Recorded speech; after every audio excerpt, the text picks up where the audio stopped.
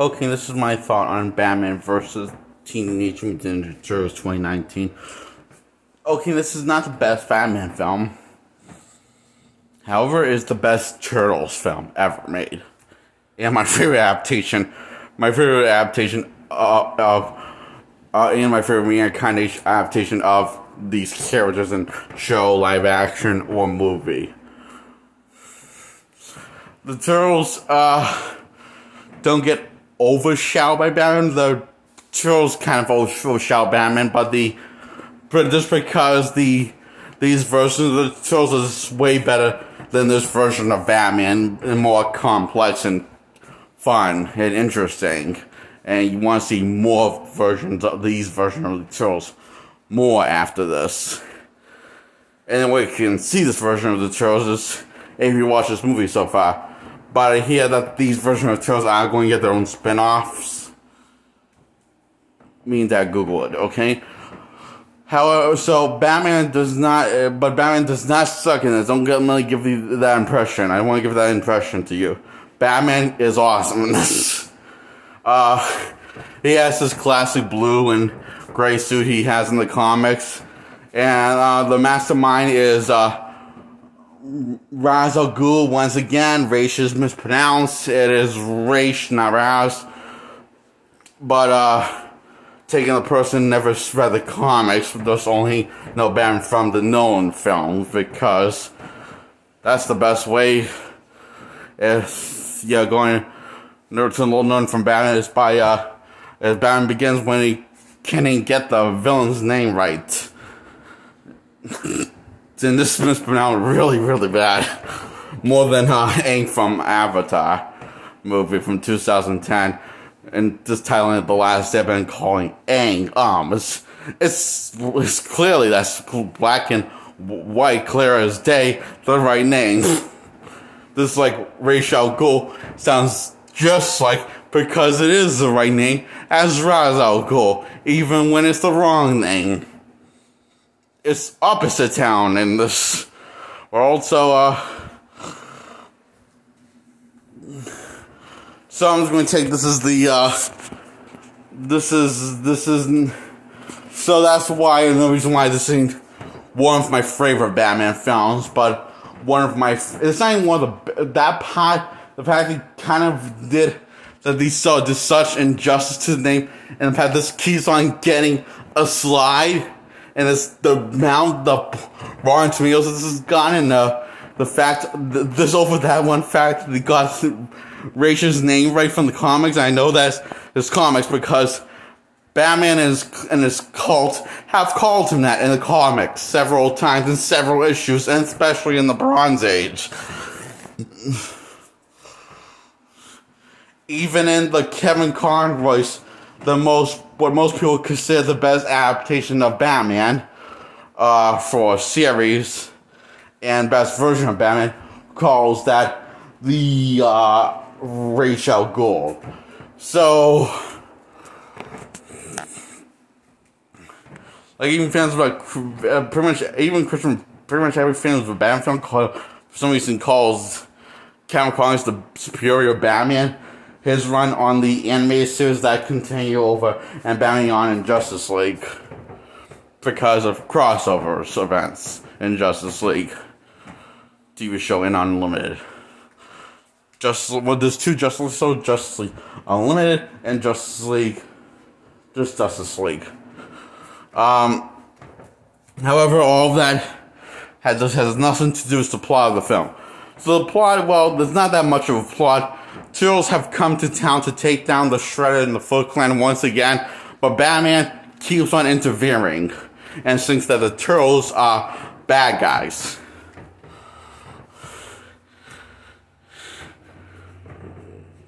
So Batman keeps on interfering with the Turtles' work. Turtles keep on interfering by accident they both interfere with each other's work by accident, by thinking the Turtles are bad guys and they're trying to destroy Gotham City, when it's really the Shredder who's behind it, and the Turtles are trying to stop them, and him and the Foot Clan. And So, they basically find out that Batman's not a bad guy, but they figure out before Batman figure out that they're not bad guys, because they figure out that he is Bruce Wayne and that he's really just trying to do what they're doing, like do the right thing and save the world and stuff. So they confront him and explain the whole misunderstanding. After Robin starts to fight, Damian Wayne, you douchebag. What could have been more peaceful is starts another. He says, you don't want to do this, kid. And he says, oh yes I do. He says that in the evil way, because Damian's evil, like Scrappy-Doo. And so my gut hands for Damian Wayne's not played for drama. He's mostly played the butt of a joke, like he was in the Harley Quinn show. That's the only way that you can that you should use Damian Wayne. Make him the exact butt of a joke. Because I don't care how you can say it. I think Damian Wayne is my Scrappy-Doo. You know how everyone finds Scrappy-Doo annoying because he's so small, but he's arrogant because he thinks he's tougher than he is, even though he's ridiculously small? That's how I feel about Damian Wayne. Except I don't find it cute like Scrappy-Doo or funny. I just find it fucking annoying like everyone else finds Scrappy-Doo. He is my Scrappy-Doo. I understand those Scrappy-Doo haters audience, finally.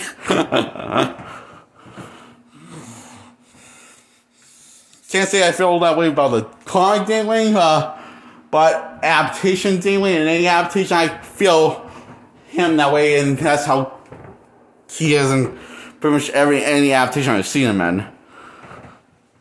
I have a different relationship with him in the comics. I find him interesting character, and complex and likable.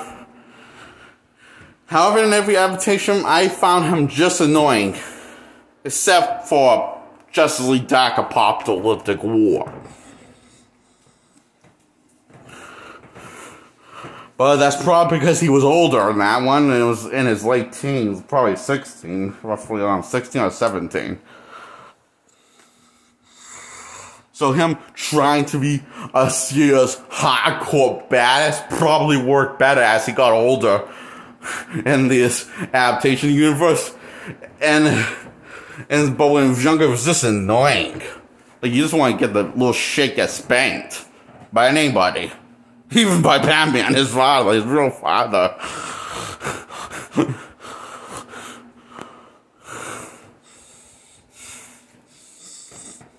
So why everyone finds every young version of Robin annoying except for Damian Wayne, I don't fucking know or care. I'm just putting that out there, that this is my opinion on my own. So, Damian Wayne lose horribly against the Turtles.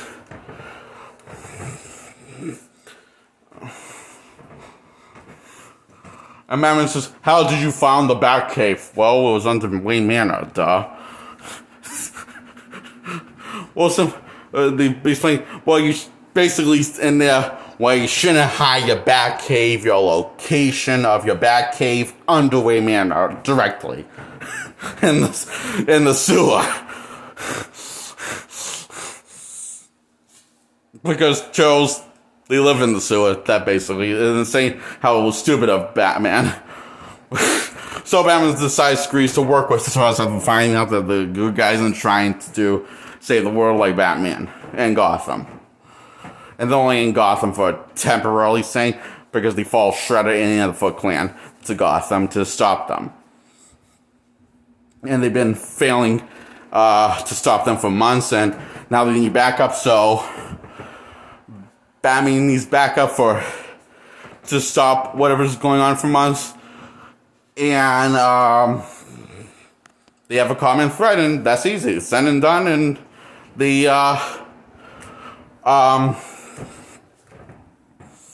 then get a distress call at Arkham Asylum, where after it's revealed that Ra's al Ghul, pronounced in this universe, instead of Ra's al Ghul, he's pronounced Raz al Ghul, because that's more intimidating, less silly, and more for now, sarcastically speaking. His team up with the Shredder and the Foot Clan, and the Foot Clan's teamed up with the League of Assassins, and the League of Assassins, Ra's al Ghul, and the League of Foot Clan is the Shredder. So they team up together, and unfortunately, because saying the Shredder has failed so many times, he had a backup plan in case if he failed so many times against the Turtles, him and his Foot Clan. So he had a wild card up his sleeve, the Joker. And the Joker didn't fail at all. So, yet, because his plan is still into place. Well, he gives Ra's al Ghul, Raz what he wants, and the Shredder what they want to take over the world, and not just mutate the population of the world, but drive them mad, and have them think irrationally, with a mixture of turtle ooze that made them the Turtles. That's what they call it, ooze in the comics, and every adaptation they call it the ooze, mixed with fear gas made by the Scarecrow. Scarecrow's a Batman character thing from DC comic lore. So, yeah.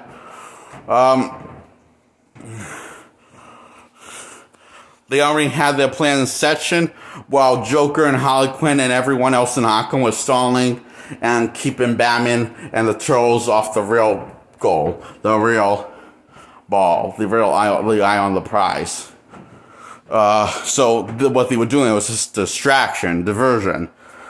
And the Turtles kind of messed up and accidentally had Batman mutated by his rogues galley, and then they had to cure him. And that was them testing the cure to see if it works. It was a test run, so, and it worked. Batman now wants them off the team because they fucked up the mission because of it, even though they saved his life. And Batman points this out. Yes, they did save my life, but they also doomed my life at the same time. He says that to his Bat family after the Bat family points out that the Turtles saved their lives. Saved his life. And it's grasps on reality and reverse the process. And he points out, yes, that is true. That's true, Batgirl, in his douche way. He says that is true, Batgirl and Robin. But they also doomed me by playing in the Joker's trap. I wouldn't have gone in that way if they just stick to the plan and stay on their heads and listen to me.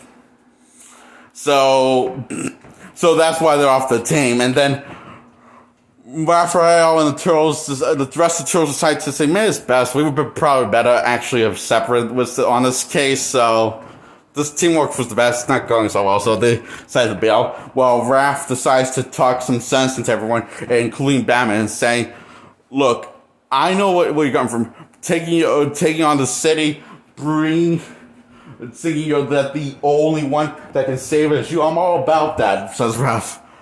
But I noticed that sometimes, even though my brothers are annoying, I end up getting more in trouble than doing more good than causing more harm and good to myself and towards others, because I end up getting in trouble because of my ego. And says, we're not just a family, we're a team. And Batman agrees with Raph, and they team up again. Easy says, done. Easy pie, blah, blah, blah. And they go to the Foot Clan and the League of Assassins headquarters, where they already have made the machine to mutate everyone, and not just mutate them, but drive them mad with fear gas. See, mutating with the ooze won't drive them mad, but it'll change their physical forms. But with fear gas, it will change not just their physical form, but their mental state also. So, But I don't know why either one of the main villains would want to do that. I can understand Joker wanting to do that, but Shredder, this version, especially this version of Shredder, and this version of Raz Al Ghul, aren't actually the most unstable people. As in, they're too rational to sync up with this plan that was a good villain plan. Joker, maybe I can see that. Harlequin, Joker, I could definitely see that. Scarecrow, yes. Joker, yes. And, Bebop and Rocksteady, kind of. That's the Turtles villains, and, the rest of the DC villains. But, everyone else, not really. Anyone else out of those, I just don't, you have to be or maybe the Gecko guy from Turtles, that been a villain and also a hero to the Turtles, and also a friend and foe to Turtles in past and some runs. So, basically, I'm saying this might not be this is not a bad villain plan for a cool climax, which it is a cool climax. Seeing the Turtles and Batman and the Bat family work as a team and work together, and while cracking jokes and complimenting each other, it's really fun to watch with tons of explosion, people dying, and collateral damage caused to the bad guys only. Most shooting the Cure that mutates and also changes the mental health and any person they can find. It is very cool to watch, and I really like, my favorite part during the climax is when Batman tells Michelangelo to say, stop pressing buttons. and he says, I'm going to press them all. He presses all of them, and they all end up dying. And he saws Michelangelo once they're all down for the count, and he smiles at them and says, good job, Batman says. And the same guy that does Batman is really good Batman. He did the Batman and Bruce Wayne in the Telltale games 1 and 2. See it run. And I'm very glad he got a chance to play Batman in an animated movie. I just wish, I don't know, I wish this was Batman had more to do than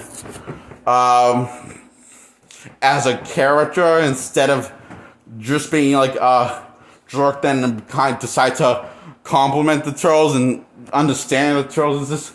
I feel the Turtles are really the meat of the story, while Batman's in the Bat Family more of the appetizer of the story. The frosting on the cake, in other words. Not the part that fills you up, but the part that you find really fun and sweet and addicting. Basically, not that the Turtles are not addicting. In fact, I find them more addicting and more fun, because I'm saying this. I feel like symbol stuff works better for the Turtles, no matter what. But I feel or complicated stuff works better for the Turtles, and deep complex stuff, or simplify and fantasy and lighthearted stuff works great for the Turtles. However, for Batman, I only think that complex and deep works good for the Bat Family, including Batman himself, since the Silver Age got over in the comics. So, yeah. But even the Silver Age was somehow more complex than this. And that got an adaptation of Batman the Raven Bull Show, which got a crossover with Scooby-Doo, played by the same Batman from Raven Bull Show. That has nothing to do with that. I'm just giving you an example, okay? Anyway, so Batman takes down the Shredder by using the move that the Shredder used on Batman that really hurt him. Because no, wait, that was Michelangelo that used that move on the Shredder that really hurt Batman. Because Splinter taught him that, because he's the leader of the Turtles, Leonardo's. So, and he mentioned early on the only people it's forbidden movie. The only people because it's so dangerous of that move, and the only people that knew it were Splinter and also his master and the Shredder. So apparently that was foreshadowing the events of him doing that on the Shredder as a last resort to stop him. While Batman takes down Raz and the rest of and his family, and while the rest of the Turtles are taking down the rest of the Foot Clan with the Bat Family and the rest of the League of Assassins at once. While Michelangelo and Leonardo are trying to defuse the machine, well, in mid-air. So, how they win is basically over pure luck and Mikey's instincts of pure luck. So he decides to he listens to Donnie, and because he's the smart one with us, he's the tech guy. So Donnie tells him which wires to clip, so he ends up clipping that one, and that speeds up the process. So he ends up deciding to tear all of the wires apart. It works. Then they end up falling to their doom. But don't worry, they survive through turtle improvised instinct planning. The Turtles way. And Batman family, like Batman and the family and Leo and the Turtles, the mission is a success, even though everyone appears to be dead. But they have a feeling that Shredder's going to come back because he's survived worse. And Batman has the feeling the same thing about his nemesis, Raz Al Ghul, the leader of the Foot Clan. So blah blah blah. So they decide. Batman says to the little son, "Wait, you can't go yet. It's pizza time." That is like my first thing in this that Batman's done when he says, when he congratulates Michelangelo and then tells the Turtles it's pizza time. And so it's kind of like showing that Batman's kind of loosened up a little and can be a rad dude like the Turtles. And the Turtles can take themselves seriously like Batman. So they realize they having something, but they both can, are capable of loosening up and taking the job seriously and having pizza at the end of the day, celebrating a mission. So yeah,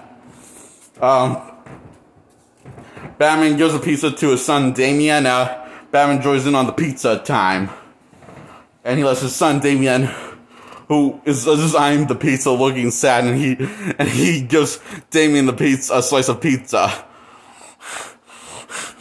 And it just ends with them eating pizza. Pepperoni kind. And that is Batman versus the Teenage Mutant Ninja Turtles. I mean, Batman versus Teenage Mutant Ninja Turtles. Not the Teenage Mutant Ninja Turtles. The Teenage Mutant Ninja Turtles. It's clear. Blah. That's how it's pronounced, okay? The Turtles. It's really fun. It's not the most... I personally love this as a Batman. I know it's not the best Batman movie or one of the best, but I still love it. I just love it showing this more lighthearted version of Batman because of his interaction with the Turtles, showing that he's more than this guy who takes things too seriously, which is a Batman I never got to really see ever in the Arkham games, which was pretty fucking boring. And he was a flawless dude and won every fight, and I just feel like, this Batman doesn't win every fight, even though he can clearly kick some series out and take more than one guy at once. See that one guy at once was one blow, and as demonstrated, but then he can actually get hurt if he's come across as a more experienced fighter that knows something that he doesn't in a fighting skill, because he knows every fighting skill to man. So when he comes across as the Shredder that knows one fighting skill that he doesn't know, he's stumped. And I like when the show of Batman being vulnerable and he was still trying to. You could tell he was still struggling to get up and still wanted to fight, but yeah, he wasn't getting up. And the first round with Shredder, which was not the last. His second round with Shredder went better in the third act. No wait, that was his only fight with Shredder. So yeah, I really find this a very fun, entertaining film, and especially. But this is definitely the best and one of my favorite Turtles films, and because I not only like these, I think it's mostly because the voice acting that's behind all four Turtles and how they sound like the Turtles from the cartoon, but they also sound like a blend of the Turtles from the comics that were spoofing Daredevil and made to spoof Daredevil, Marvel's Daredevil. But in turtle form, and how the design is like a mixture, but they're not restricted to one performance. They can make each performance their own. Same way with everyone, and everyone does a good job making each performance their own for each character, while staying